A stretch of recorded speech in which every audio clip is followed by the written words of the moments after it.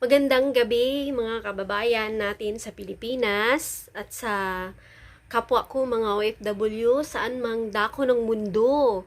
So, ito nga, first time kong gumawa ng video mga kamaring kasi parang napapansin ko sa Pilipinas kasi ugali ko kasi nanonood ako ng mga video ng mga vlogger na politika. Ngayon, while nagtatrabaho ako, nag-headset ako, nakikinig ako ng mga banat ni Maharlika. O, shout out dyan kay Madam Maharlika. Gusto ko talaga yung mga video yun, yung mga pasabog niya. Oh my God, kakaloka. Inaabangan ko yan, guys. Kapag hindi nagbablog si Madam Maharlika, doon ako sa Bisdak Pilipinas. Shout out dyan kay Service Duck Pilipinas. Ang ganda ng mga komento niya. Anyway guys, gusto ko lang din maglabas ng sama ng loob. Dahil, yun nga, weak leader nga talaga si President BBM. Alam nyo, nung eleksyon, kakasama ng loob. Kasi, tanggal ang Facebook account ko. Dahil sa kanya, sinuportahan ko yan. Nagsishare ako ng mga pangangampanya nila ni Inday Sara Duterte. Sinusuportahan ko.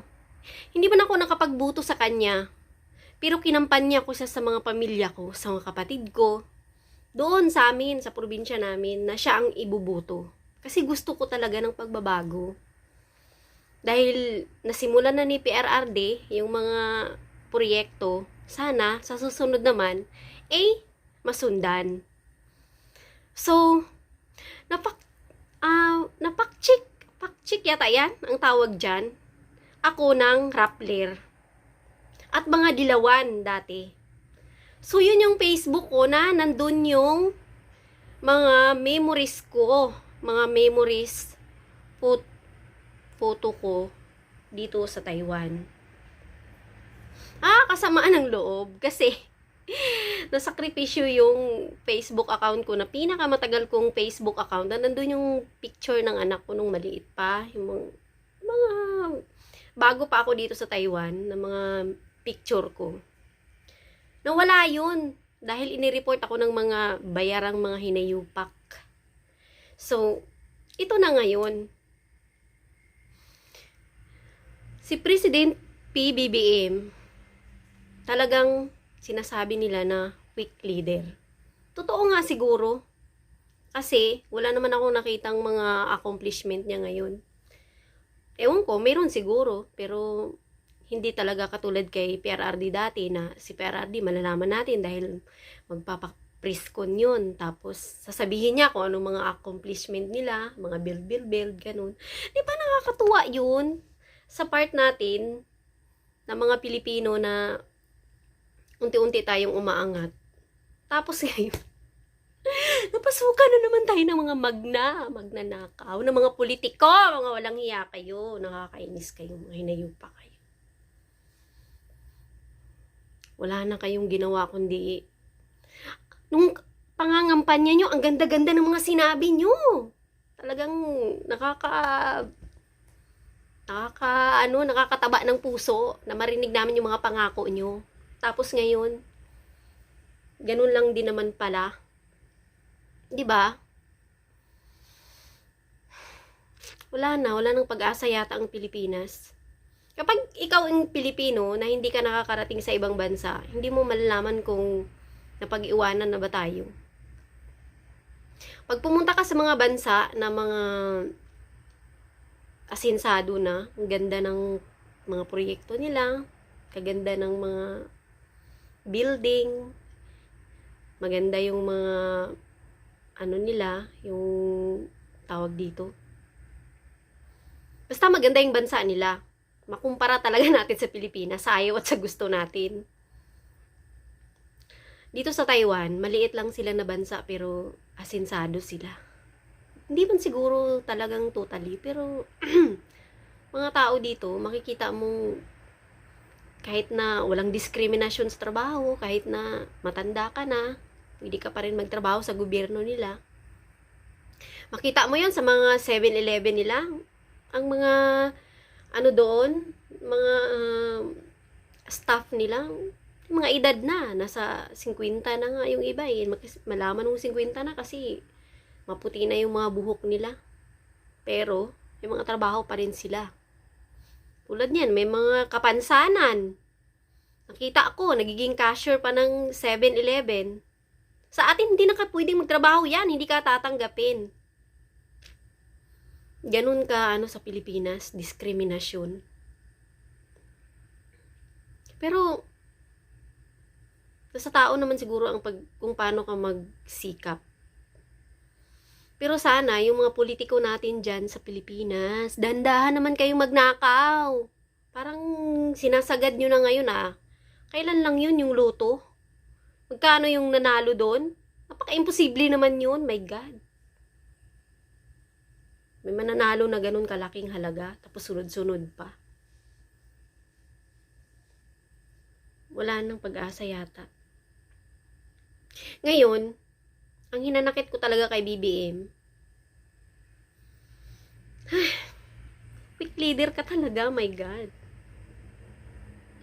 Paano na lang ang Pilipinas? Yung nangyari doon sa Marawi. Marawi bombing. May mga namatay doon. Mga bumabaha na, my God. Ikaw, nasaan ka, BBM? Nakakalungkot lang isipin na wala na.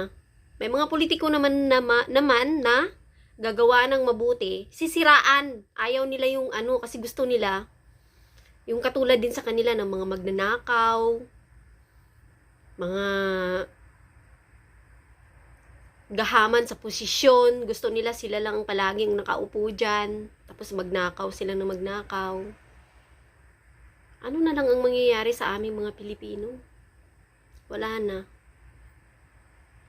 Ang inaasahan na lang talaga namin ngayon mga vlogger. Pero, vlogger, usapang vlogger, iba-vlog ko yan sa susunod. Kung sino yung mga vlogger na mga bayaran at saka mapagkatiwalaan. So, yan lang guys. Nilabas ko lang naman yung sama ng loob ko dun sa pagiging weak leader daw ni President Bongbong Marcos. Na sinakripisyo ko yung Facebook account ko dahil gusto ko talaga siyang manalo. Nagsishare ako ng mga kung ano-ano mga pinagagawa nila ng pangangampanya. Bagong Pilipinas, bagong mukha. Ay nako, mga magnanakaw pala, animal.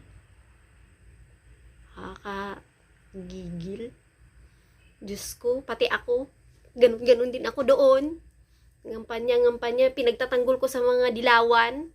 Nakikipag-away ako sa comment sa mga dilawan na magnanakaw daw si President BBM.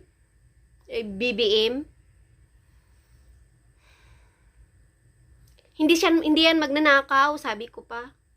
Kayo ang mga magnanakaw, mga dilawan. Nakikipag-away kaya ako, guys. Sa Facebook, kaya nabuisit siguro yung Rappler sa akin. Pinak-check nila ako, tapos yung mga dilawan, pinagre-report nila yung account ko, kaya nung wala. Oh, ganun kasama yung loob ko. President BBM, awa ka sa amin. Hindi ka nagsasalita kung anong mga binabato sa'yo. Totoo ba yun? Nagtatanong lang po. Totoo ba yun?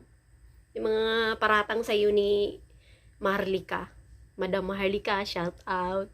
Panood ako ulit ng video mo. So, yan lang guys. Kung gusto nyo tong video ko, i-subscribe nyo. Pag ayaw nyo, okay lang. No problem. Ang sa akin lang, makapagsalita ako dahil sa nangyayari sa Pilipinas. So, yan lang guys. Sa susunod na naman, pag-uusapan natin yung mga vlogger. Mga vlogger na dating pinapanood ko. Ngayon, ay, nako, my God! Bayaran pala, Diyos ko. Sige guys, yun na lang. Salamat. Goodbye.